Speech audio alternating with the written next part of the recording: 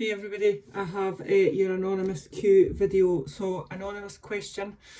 I struggle with sleep, struggle to fall asleep, and once I do, I struggle to stay asleep.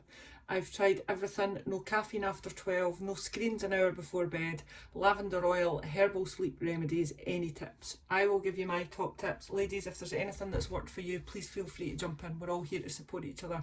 And I also just want to clarify that these anonymous questions are 100% anonymous, right? Sometimes you fill things in and it's just a way to collect your email address, all right? I genuinely have no idea who's sending these questions in. So, and it's only the people in this group that get the link, so nobody else will see your video. So please never be shy in asking anything.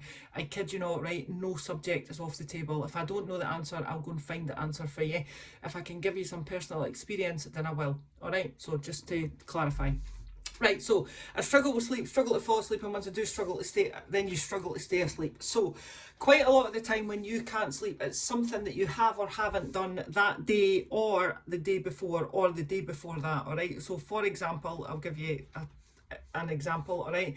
If you fill your body full of shitty food on a Saturday, for example, that can still affect your sleep on a Monday night, right? Now, I'm not saying you shouldn't ever eat shitty food, because shitty food is the best because it tastes amazing because it's got all the sugar and the salt in it. But if you're consistently doing that, then that's going to be a problem, right? So if you have had a rubbish night's sleep, try and think back, not necessarily just today, but a couple of days previous, all right? So I am all about pre-bed sleep routines, all right? I have a massive routine. Well, it's not massive, it's just massive as in it's huge, as in it's amazing. It's not actually, like, it's not going to take you 5 hours to do it, all right? So some of the things that you've said here are absolutely banging, right? No caffeine after 12, bloody amazing. No screens an hour before bed, absolutely bloody fantastic, right? So those are things that will help you sleep. But what you maybe need to do is you maybe need to prime your body so that your body and your brain know that you are going to start getting ready for bed, therefore you will go to bed, therefore you will sleep. So pre-bed routine, all right? This is my pre-bed routine. So at about, by the way, I'm usually in my bed about 8:30, 9, so because I work early in the morning, but just adjust accordingly, all right? So about an hour and a half before I go to my bed, I will go upstairs, put my pajamas on, and I'll do 20 minutes of yoga, right? Sometimes 10 minutes, and sometimes 15, but it's yoga on YouTube. I will Google on YouTube sleep inducing yoga or bedtime yoga, right? And there's something there. So I will do that about an hour and a half before I go to my bed, all right? Put my pajamas on, I'll do 20 minutes of yoga. I'll then come back down the stairs. At that point, there will be no phone or no television. I will go and make myself a cup of tea because I like tea. Any warm drink is cool, whether it's a hot chocolate, nothing with loads of sugar in it, so like a options hot chocolate or whatever. I will have a cup of tea and I will have a Freddo.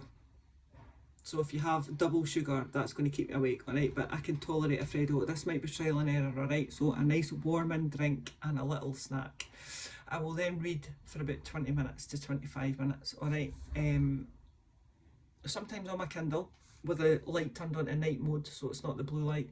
Sometimes sometimes an actual book, depends. All right, so we've got yoga an hour and a half before I go to bed. I'll then come downstairs, dick about for half an hour, prep my breakfast, etc. I'll make a cup of tea, have a Freddo, right, and I'll sit and read. When it's bedtime, whether it's 8:30 or 9:30, I'll go back up the stairs, take my pyjamas off, have a shower, have a warm shower, and then I'll get into bed, and then I'll read for another, it could, to be fair, it could be 10 minutes to half an hour depending on how sleepy I am. I will then read, put my light off, put my book down, and I'll cuddle in and go to sleep. And that's usually me till about 4:30, 5 o'clock in the morning. I am quite an early riser, all right? So try and think of a pre-bed routine that is going to, you're trying to seduce your brain into understanding that you're going to bed, all right? Now, when I was in the height of the perimenopause drama, I also used to add journaling into there. In fact, I used to do journaling instead of the yoga, but I've nailed on my journaling now, so I just do the yoga. So journaling is also a good way, not just a good way to reflect on the day, it's a good way to write your to-do list for tomorrow. So if you have a to-do list, you've physically taken it out your brain and you've written it down, so your brain knows that there's no need to worry about it, there's no need to stress about it, because you've got a list and you'll get it in the morning. So that is a good idea, all right? No alcohol before bed. no caffeine. Obviously, I get what you're saying about the caffeine, all right, but there are so many things that can keep you awake. So eating late at night, right, doesn't cause fat gain. Like a slice of bread does not all of a sudden double in calories just because you've eaten it late at night. However, your body will struggle to process food that you've ate late at night, and that will interrupt your sleep. So nothing massive, no massive meal, no high fat meal. Again, high fat, your body will struggle to process it. So if you're going to have like a cheese sandwich, your body's going to struggle to process that. All right, so nothing high fat. No alcohol, because that keeps you awake. And also, are you doing enough exercise and movement during the day? So if you hardly move, like if your steps are at like 1,000, 2,000, 3,000, right, and you don't really expend any, I don't know who this is, bearing in mind, so you don't really expend any energy and you're just sitting at your desk all day, your body's not going to be tired.